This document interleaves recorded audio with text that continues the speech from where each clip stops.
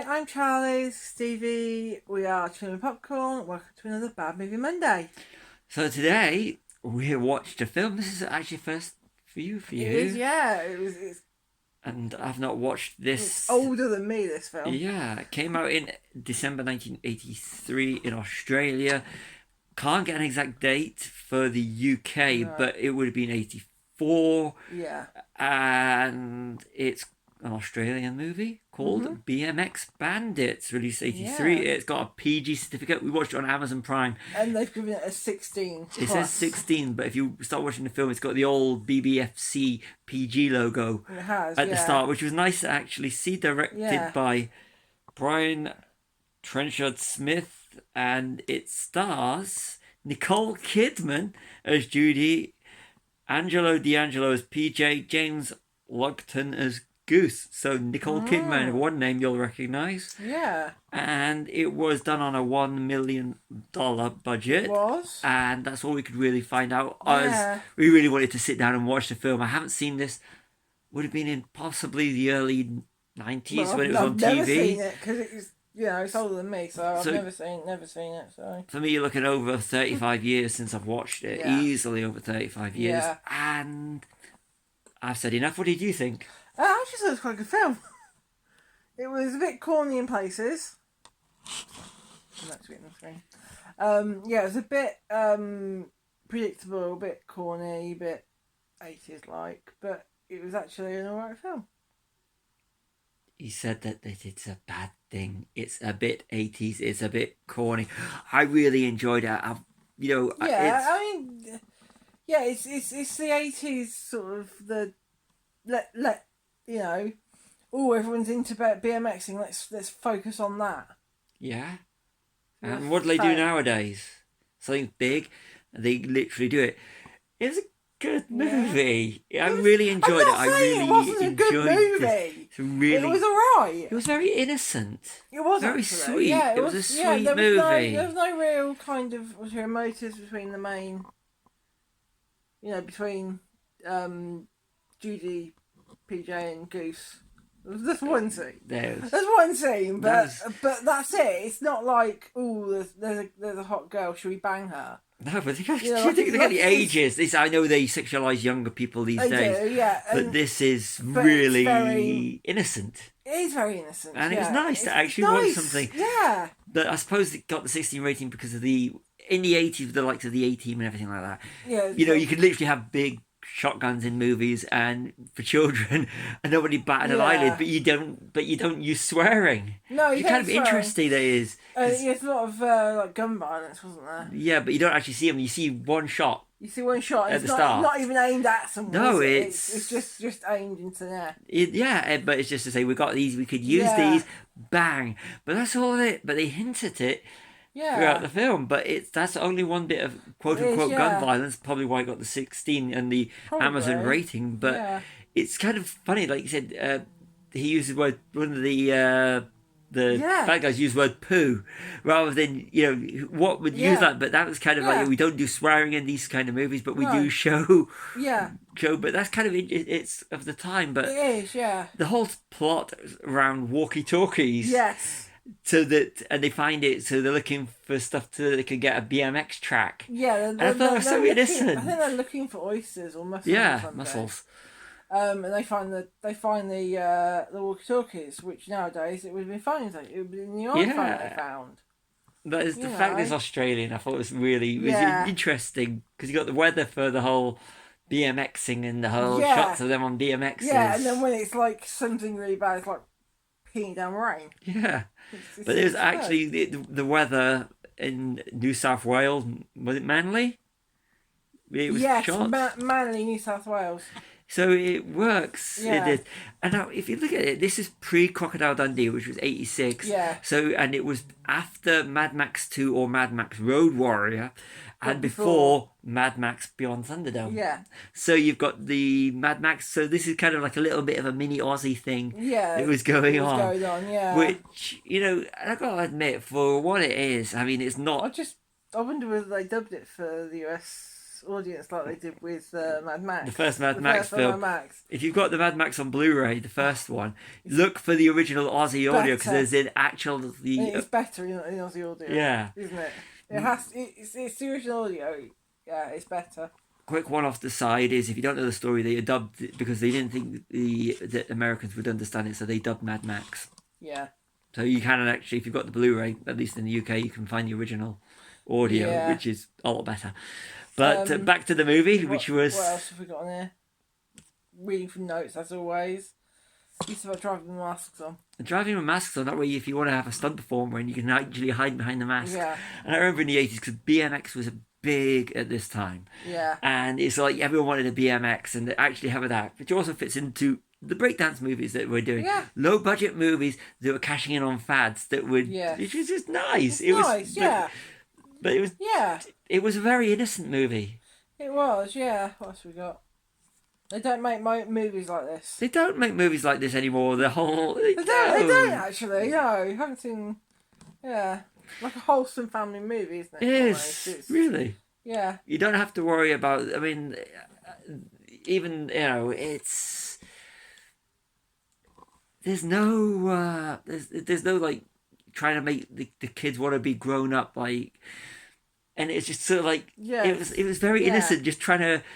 Getting into a caper move, but just to get a BMX track. Yeah. But nowadays the kids would be like this. Yeah. On their phone. Yeah, or on an Oculus or whatever it is, rather than kids wanting to go outdoors. Yeah. Yeah. They did, didn't they? Yeah, it was kids wanting to be outdoors. And the bit at the end where, we are in spoiler territory. Yeah. The bit at the end where, how do they get the villains? They throw flour at them. They throw flour at them and then they chase them into this foam fertiliser stuff. Which would actually burn their eyes. Probably would, yeah. So they do it in the whole foam fertiliser thing. Yeah, it's just weird. But it was so innocent. And I know we're doing this for Bad Movie Monday, but this is the whole thing about Bad Movie Monday is movies that are bad that we don't like, movies that are so bad they're good, and just guilty pleasure movies. I think this is a guilty pleasure. Really I'm going to put this out. I hope someone that's involved anywhere with this movie, because I know it was a Rank movie, and I don't know who has Rank now. What they need to do is a Blu-ray physical copy with making of retrospective and everything, because I would pay for this. This is the sort of film that I would pay to actually have a physical copy of, with all singing, all dancing, with promotional stills, everything from the time, because this is a great nostalgia movie. This is a bad movie. It's a bad movie in the sense that it's a product of the early 80s, especially with the synthesizer music and everything. But it's one of these guilty pleasure movies that if you just check your brain out and enjoy, you could show your kids it. It's one of these movies, if you you could show. What else have we got on here? The budget used on one explosion. Yeah, they have a major explosion with a car, and he's like thinking, how much of the budget was blown on it? Yeah, like half the budget or 3/4 of the budget or something just blown on that. But it's nice. But I've got to admit, some of the car chases when they were chasing the BMXs was actually really good. Yeah. And I want to give a shout out to the 3 cast members. They were PJ Goose and Judy, Nicole Kidman and the other 2, all give great performances for what it is. It's not like, and they have the obligatory larger kid in there that is always eating ice cream and stuff and is a bit of an a-hole. Yeah. But that's the typical thing of the time. And I suppose you could say that's offensive now too. But again, they did it in the Goonies with Chunk. Yeah, so anyway, what else have we got? 47 minutes in, there's a guy with long hair. One guy with long hair. This is 83. Obviously in Australia, the 80s were rocking the hair. The big hairs hadn't hit them yet. And so it's kind of, that's the snapshot, because one guy with long hair in the whole movie. And I remember in the 80s, I didn't have hair this long, but we had mullets. This was the period where we were going into mullets. But were mullets around in Australia? That's the thing. Yeah, we don't know. But we don't know. But one guy with long hair. Yeah, one guy with long hair. Practicing safety with the crash gear on the. Yeah, a lot of crash helmets and everything. Yet when they're in the car, they're not wearing seatbelts. Actually, I've also put here that they didn't wear seatbelts, which was compulsory in Australia since 1971.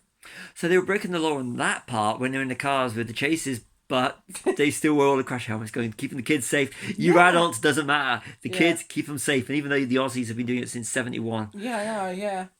I'm trying to see what else we haven't done. Oh, the blatant product placement. Yeah, you don't get those. Okay, you see Castrol at one point, and I know you could argue that the BMXs were product placements with PJ and Goose, but it was kind of cool not seeing like a Pepsi or something everywhere, and the Castrol was only at one point, and that's the only time I noticed what would look like possible product placement, and it was good because nowadays in the movie when they were doing all the scenes, you'd have had them crashing into something with a name up front, and the only thing I could actually see was the Castrol oil.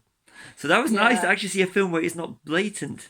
Yeah. What else have we got here? How did bad guys dry off so quick? Yeah, and then they got wet almost immediately afterwards. Yeah, when they were going down the water slide. That was fun. Well, they got wet because they were in the sea. Yeah. In the bay. And then they dried off. And then they got to the water park. And then they went down the water slides and got wet again. But it was fun. It was fun, but then, 5 seconds later, when he gets back to the car, he's dry. Because it was Australia. They dry fast. Really? I don't know. I've never been to Australia. But that's my answer, because I will not... Yeah. How much stuff can we throw in front of the BMXers to showcase their skills? Yeah, but it was fun. You told me to put that. I know, but it was fun. It was fun. It was fun. It was not as bad as what they do today. No. So, I like this old school filmmaking. The 80s had some really bad but really good moments. And there's just things about... Oh, yeah, you watch the entire film, and then right at the end, just before the credits, it says it's the do not try it at home. Do not do this at home, sort of thing. That'd be up front nowadays. Yeah. So you got any ideas about doing what they were doing? You just have to look at Jackass, and it's like even before the film starts, there's a black screen, and it's like these stunts were performed by trained professionals. Do not copy or something. We weren't snowflakes during the 80s. We'd do it anyway. I know you would.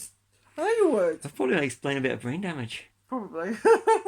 But it's like that's at the beginning nowadays, whereas in the 80s it was right at the end just for the credits. My generation, if they said don't try this at home, it'd think, let's do this. Yeah, of course it did. 80s rocked. True, yeah. Well, they finally get the track anyway. They get the track, and you're literally watching them BMXing over the track over the credits. Yeah. That's awesome. Yeah. So you think the Marvel... Right to the end of the credits, isn't it? You think Marvel and Pirates of the Caribbean were the first to do this? They were doing this in BMX Bandits. Blame the Aussies for that one. That's different, though, because that's... The credits roll, and then something happens, and then the credits continue to roll. I don't care. This is while the credits are rolling. But we still stay to the end of the credits. School of Rock does it. To the end of the credits though, so we could watch them on the BMXs and winning the prizes for winning the BMX stuff, even though they were at the start of the film and they had to win it. Yeah, so and they're the main three characters that win. So they had to win. They're gonna win. What? They're gonna win. So yeah, I think that's all my notes anyway. I really enjoyed this. This was a very good choice. Yeah. This is a very good choice for Bad Movie Monday. Yes. Bad Movie Monday, so bad it's good, and it's an enjoyable piece of. Indeed. And I've got to say that the actual car chases actually held up. They did actually. Held up than a lot of the bigger budget ones. Yeah, I know. You can learn from low budget filmmaking sometimes. Yeah. So, any more to say on the subject? This was so bad it was good, but not bad in a bad way. This was an enjoyable, low budget 80s movie, and you just want to chill out too. So I know we're Bad Movie Monday, but this was an enjoyable movie. It was. Yeah. And I miss the 80s. Gosh, dear. I've been Charlie. This has been Stevie. We are Chilling with Popcorn. Like and subscribe.